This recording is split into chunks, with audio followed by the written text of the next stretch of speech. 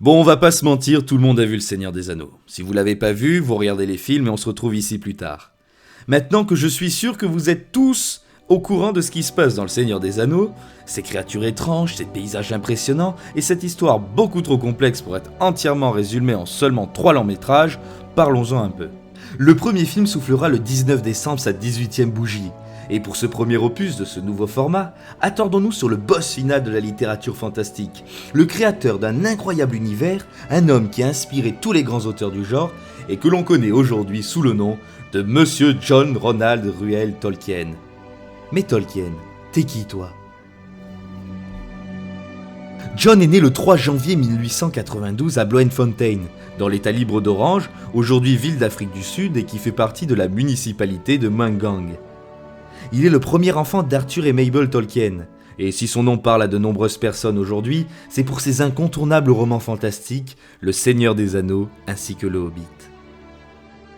Il est considéré comme le père de la fantaisie moderne, à l'origine de l'un des plus grands univers fictifs qu'il ait été inventé, la Terre du Milieu, où se déroulent les événements de ses fameux romans à succès. Il décédera le 2 septembre 1973 à Bournemouth au Royaume-Uni, à l'âge de 81 ans, et après avoir accompli son œuvre et créé une multitude d'histoires, de légendes et de langues.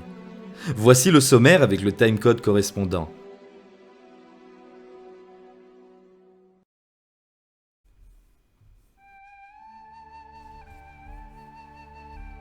Tolkien est né en Afrique du Sud mais rejoint rapidement l'Angleterre avec son petit frère Hilary et sa mère Mabel en avril 1895. Son père, lui, est contraint de rester vis-à-vis de ses obligations professionnelles. Alors que le mois de novembre débute, Arthur contracte un rhumatisme infectieux qui l'affaiblit et l'empêche une nouvelle fois de revenir en Angleterre pour Noël. Sa santé ne s'améliore malheureusement pas et quelques mois plus tard, Mabel reçoit un télégramme lui annonçant qu'Arthur a une grave hémorragie due justement à son rhumatisme. Il succombera le lendemain. Devenue veuve, Mabel va amplifier son rapport à la foi et va faire la connaissance du père Francis Morgan, qui devient d'abord son confesseur, puis un ami proche. En 1904, John et Hilary sont atteints de la rougeole qui était bien plus dangereuse auparavant et qui pouvait s'avérer mortelle en ce début de siècle.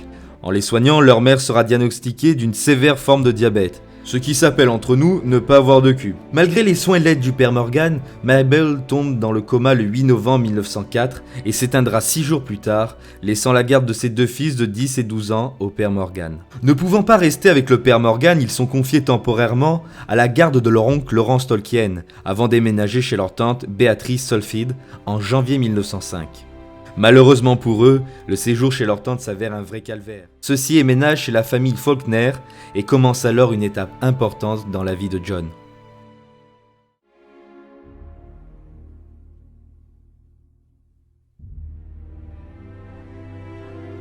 Outre la famille Faulkner et leurs domestiques, la maison est habitée par une adolescente qui loge dans la chambre juste au-dessus de la leur. Cette jeune fille de 3 ans, l'aînée de Tolkien, se nomme Edith Bratt. Orpheline, elle est passionnée et douée pour le piano et avait été placée là faute de mieux par son tuteur. Dès leur arrivée, les 2 frères Tolkien se lient d'amitié avec la jeune femme. Et entre Tolkien et Edith, cette amitié devient bien vite plus intime jusqu'à se transformer en amour vers l'été 1909. Mais leur amour finit par atteindre le père Francis Morgan. Celui-ci, déjà inquiet par le fait que Tolkien ne soit pas assez concentré sur ses études, notamment pour obtenir une bourse d'études pour l'université d'Oxford, lui demande de cesser sa relation avec Edith. Pour faciliter les choses, le père Morgan déménage les frères Tolkien à Edgbaston.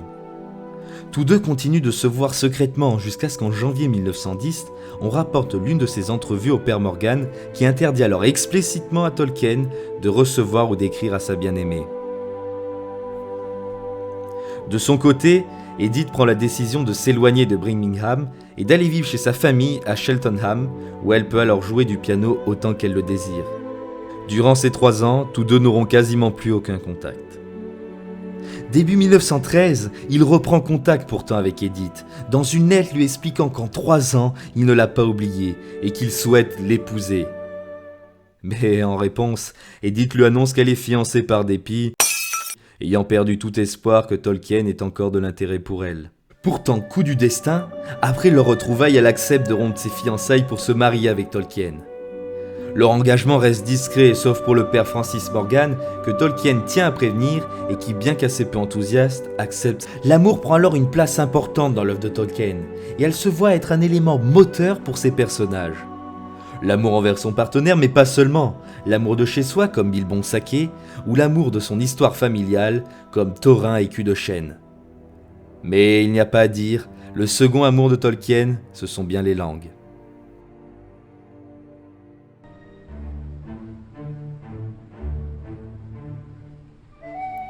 Toute personne qui s'intéresse un tant soit peu à l'univers de Tolkien sait que l'auteur a créé différents langages pour une multitude de races de personnages qu'il a fait naître sous sa plume. Mais nous ne sommes pas contre amoureux de Tolkien qui squattons le site Tolkien Deal tout le temps, site sur lequel nous avons puisé l'essentiel de nos ressources et qui est une mine d'or pour les passionnés de Tolkien. Quoi qu'il en soit, Tolkien est un amoureux des langues. Il a été professeur universitaire de langue anglaise à l'université de Leeds et apprend très jeune le français, l'allemand, le vieil et le moyen anglais, le grec et le latin. Ça en fait des langues, mais il se passionne également pour le gothique et le gallois. C'est vrai, j'ai fait mieux comme Van. Les instructions laissées au traducteur du Seigneur des Anneaux témoignent des connaissances plus ou moins étendues en danois, lituanien, moyen néerlandais, en néerlandais moderne, en norvégien, en vieux slave, en russe, en proto-germanique, en vieux saxon, en vieux allemand et en vieux moyen bas allemand. Quand je pense que j'arrive à parler 3 langues et encore, c'est pas tout à fait clair, mais enfin, après de nombreuses recherches, on se rend compte que les langues de Tolkien n'ont pas été inventées puis figées dans le temps. Elles ont au contraire énormément évolué, et dire précisément le nombre serait tout simplement trop compliqué. Il faut également préciser que toutes les langues ne sont pas abouties, et qu'aucune d'entre elles n'est aussi précise qu'une véritable langue vivante. Mais cela n'enlève rien au génie du monsieur, je vous l'accorde. Tolkien a fourni des informations plus ou moins concrètes sur environ 10 langues. 2 langues vaguement utilisables, le Quenya ou le haut-elfique, et le sindarin ou le gris-elfique. 8 langues qui possèdent aussi un tant soit peu de substance sans être vraiment utilisables, le télérin, le doriathrin, le nandorin, l'anudaïque qui est la langue humaine, le Kuzdul, la langue des nains, le Westron, la représentation de la langue anglaise, et le valarin, la langue des dieux. Sans oublier bien sûr le parler noir, la langue du Mordor. On connaît également d'autres langues qu'on ne peut considérer comme des inventions de Tolkien car elles sont trop peu élaborées et trop peu utilisées dans son œuvre. Le Rohirrim, le vieil anglais dans les livres, le dunlandais, la langue du Harad et l'énotique. Et bien voilà, c'est terminé pour ce tour d'horizon sur Tolkien. Bien entendu, quand on voit la carrière du monsieur, il est impossible de résumer sa vie et son œuvre à ces 3 points. Tant d'aspects entourent son génie, il fallait choisir pour ce premier opus. Peut-être qu'un jour on reviendra d'ailleurs sur d'autres éléments, notamment sur le film ou sur les trilogies de ce grand monsieur de la littérature fantastique. Il ne me reste plus qu'à vous dire merci de nous avoir suivis, n'hésitez pas à vous abonner, à nous donner votre ressenti dans les commentaires, à nous suivre sur Facebook, Instagram et Twitter. Je vous dis merci encore une fois et à très bientôt sur la 7ème production.